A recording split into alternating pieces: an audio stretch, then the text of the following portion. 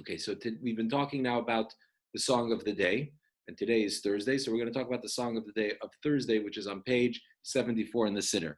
Now, on Thursday, God created the fish and the birds. And the fish and the birds, their creation, when we think about the incredible amount of marine life and the incredible amount of diverse species of birds and the many, many different colors and shapes and sizes of birds. So we think about the diversity of those creations, the fish and the birds, that should move us to sing to God. And so therefore, the Psalm of the day for Thursday, which was sung in the temple, which is Psalm 81, is a psalm that opens with, for the choir master upon the musical instrument, the gittit, for Asaf. Asaf is a character we've already encountered this week. And it says, sing joyously to God our strength, sound the shofar to the God of Jacob, raise your voice in song, sound the drum, the pleasant harp, and the lyre. So here we see this blow the shofar, we see we're introducing people to this idea of singing to God, singing God's praises. And why on Thursday? Because as I said, Thursday God creates the fish and the birds. What does the creation of the fish and birds have to do with singing? And why is it that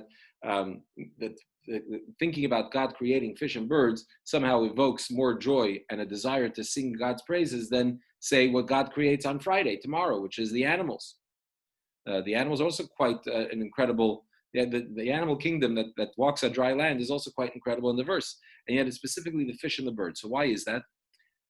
So perhaps one explanation is as follows: the fish and the birds are both species of animals that are more refined, that are more sensitive to divinity than would be your run-of-the-mill land animal.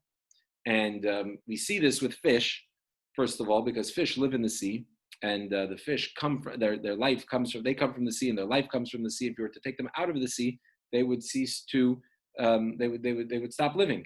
So fish represent a constant attachment to a life, to its life source, and an awareness of that attachment. We're also, obviously, all of creation is attached to its source of life, and human beings here on this planet, we can't live without oxygen, but we can, but we don't see it, and so therefore we're not sensitive to it. We, the creatures that walk the land, don't feel that we're constantly tethered to our life source and force. We feel sort of independent, whereas fish don't have that feeling. So that represents a deeper attachment to God, which is why the righteous tzaddikim are compared to fish, or the Jewish people are compared to fish.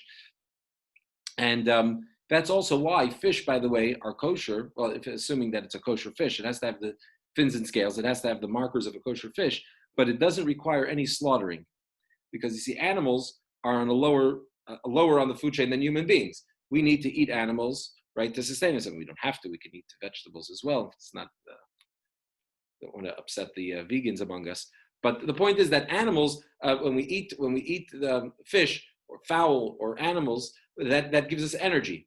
And yet, since they're lower on the food chain, we run the risk of having them, they say you are what you eat. So even if you're already eating a kosher animal, and the kosher animals obviously are not animals of prey, not birds of prey, and the fish, they aren't really fish of prey, they're already more docile, more refined to begin with for them to be kosher, yet they could still bring us down. They're still animals, they're still beneath us, they can bring us down.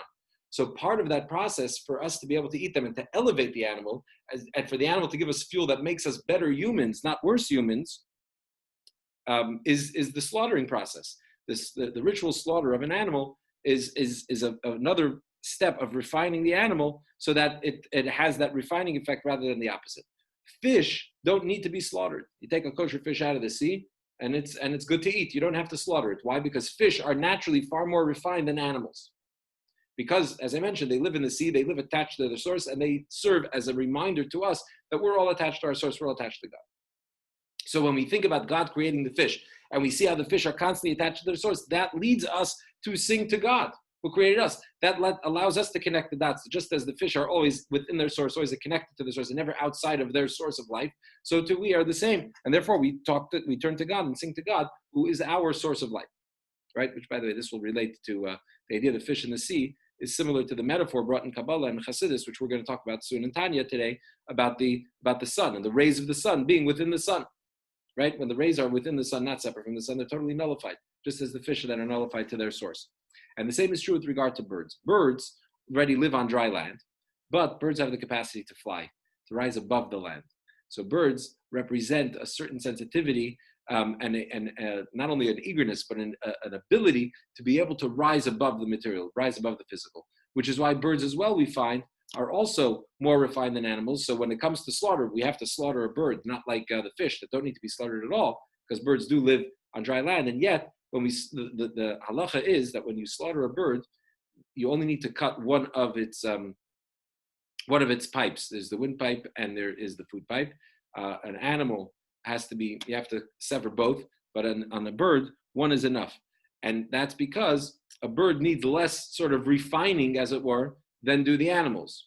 Why? Because birds represent this heightened sensitivity to spirituality, into what lies beyond us and above us, this ability to be able to fly and reach higher. That's why also, interestingly, when we eat food, so like on Shabbos, for instance, or really anytime you're going to eat, Shabbos, when you sit down to your traditional Shabbos meal, and you're supposed to eat fish and meat, right? So what do you eat first? First you eat the fish, then the meat.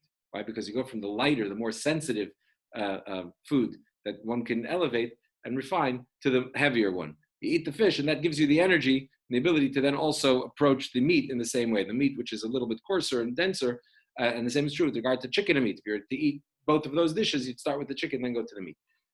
Okay, there's a lot more to say about the psalm, but I think like we've gone enough on it. Birds for Kaparot. How did that start? That's a whole nother question. It's nothing to do with the song of the day for Thursday. So we'll talk about that. We'll talk about that at another opportunity. But that's a good question. Actually, interesting. Once we talk about, you mentioned Kaparot, we'll mention the high holidays are referenced in this psalm as well. You see, Tiku b'chodesh shofar, right? It says to sound the shofar on the new moon, right? Which is, when do we sound the shofar on the new moon? On Rosh Hashanah. And if you look right at the end, the last words of the psalm, I would feed Israel with the finest of wheat and sate them with honey from the rock. So this psalm talks a lot about Rosh Hashanah in the middle, and at the end it says sating them with honey from the rock, a reference to the practice that we have starting on Rosh Hashanah to dip our challah into honey, the reference to honey. So it's just an interesting sort of source, like an allusion to sort of that practice. But why we mention Rosh Hashanah here and what it has to do with the Exodus of Egypt and Joseph, that we're going to leave for another time.